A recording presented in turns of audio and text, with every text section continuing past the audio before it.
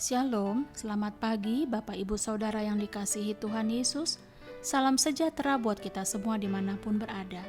Saya mengajak Bapak Ibu Saudara semua pagi ini, kita kembali bersaat teduh dan berdoa dalam renungan penuntun kehidupan setiap hari. Kiranya damai sejahtera Allah dan tuntunan Roh Kudus menyertai kita sepanjang hari ini. Tema renungan pagi ini, perhatikan apa yang kita ucapkan. Nas Alkitab terdapat di dalam Yesaya 50 ayat 4. Demikianlah firman Tuhan. Tuhan Allah telah memberikan kepadaku lidah seorang murid, supaya dengan perkataan aku dapat memberi semangat baru kepada orang yang letih lesu. Setiap pagi ia mempertajam pendengaranku untuk mendengar seperti seorang murid. Saudaraku yang dikasihi Tuhan Yesus, dalam konteks firman Tuhan pagi ini, Yesaya berkata, bahwa Tuhan telah memberikannya lidah seorang murid, supaya ketika Yesaya berbicara atau berkata-kata kepada orang lain, ia dapat memberikan semangat yang baru dan motivasi kepada orang yang sedang mengalami beban berat, yang mengalami kelelahan dalam hidup dan keputusasaan. Lalu, bagaimanakah cara Allah memberikan lidah seorang murid kepada Yesaya?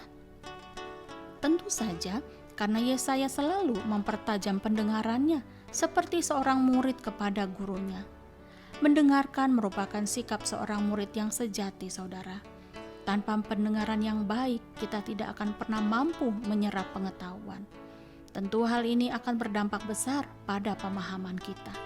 Sehingga dengan pemahaman yang baik, seperti ketika kita mendengar dan merenungkan firman Tuhan dengan sungguh-sungguh, maka lidah kita mampu memberikan semangat yang baru. Untuk itu, apa yang harus kita lakukan agar kita dapat memperhatikan apa yang seharusnya kita ucapkan sebagai murid Tuhan atau sebagai anak-anak Tuhan? Pertama, jaga perkataan karena kita adalah murid Kristus. Seorang murid biasanya memiliki tugas, yaitu meneruskan apa yang telah ia terima dari gurunya.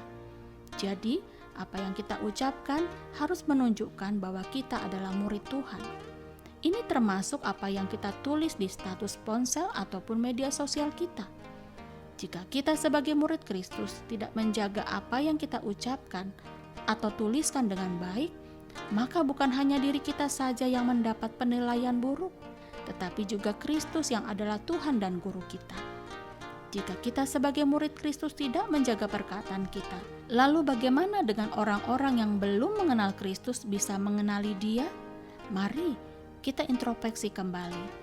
Adakah tulisan atau chat kita di medsos tidak menunjukkan kita sebagai murid Kristus?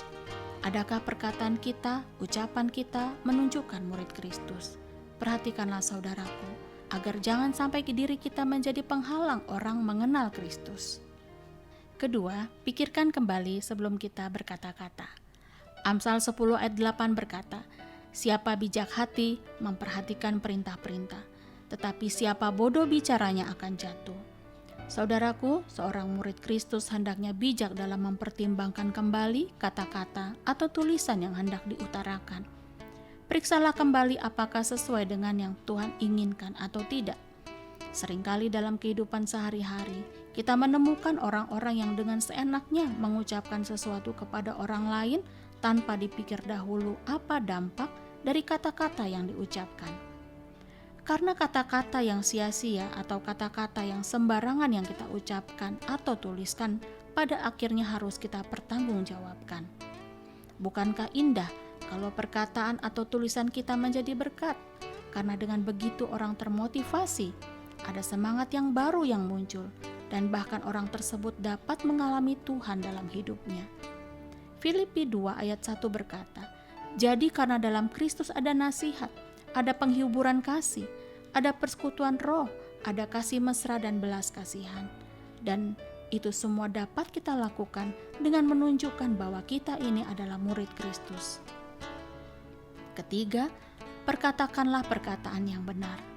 Firman Tuhan berkata, siapa yang mau mencintai hidup dan mau melihat hari-hari baik, ia harus menjaga lidahnya terhadap yang jahat dan bibirnya terhadap ucapan-ucapan yang menipu. 1 Petrus 3 ayat 10. Saudara, betapa pentingnya menjaga perkataan bila kita ingin melihat hari-hari baik. Banyak perkataan yang enak didengar tetapi belum tentu benar.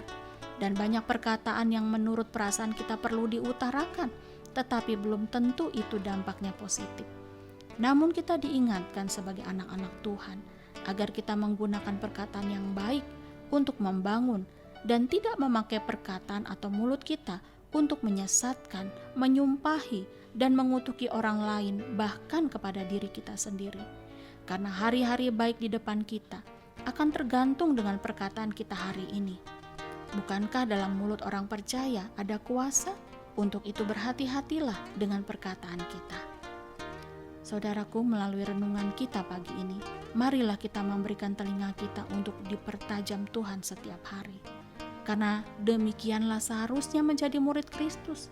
Merenungkan firman Tuhan setiap pagi membuat kita semakin peka dan semakin tajam. Maka pikiran kita akan seperti yang kitab Filipi 4 ayat 8 katakan. Jadi akhirnya saudara-saudara, semua yang benar, semua yang mulia, semua yang adil, semua yang suci, semua yang manis, semua yang sedap didengar, semua yang disebut kebajikan dan patut dipuji, pikirkanlah semuanya itu. Sehingga perkataan kita ada nasihat, ada penghiburan kasih, ada persekutuan roh, ada kasih mesra dan belas kasihan. Amin. Mari kita berdoa. Tuhan Yesus yang baik, terima kasih buat kebenaran firman-Mu yang mengajar kami sebagai murid Kristus, sebagai anak-anak Tuhan, agar memperhatikan bagaimana cara kami mendengar dan mempertajamkannya melalui kebenaran firman-Mu. Sehingga kami dapat dipakai Tuhan, seperti Yesaya memperkatakan kebenaran firman-Mu untuk menguatkan dan memberikan semangat kepada yang lesu dan berbeban berat. Di dalam nama Tuhan Yesus kami berdoa. Amin. Kiranya berkat yang sempurna dari Allah Bapa, kasih karunia dari Tuhan Yesus Kristus dan persekutuan yang indah dengan Roh Kudus menyertai kita dari sekarang ini dan sampai selama-lamanya. Maju terus dalam tuntunan Tuhan saudaraku, tetaplah semangat, sampai jumpa esok hari di penuntun kehidupan setiap hari, dan Tuhan Yesus memberkati.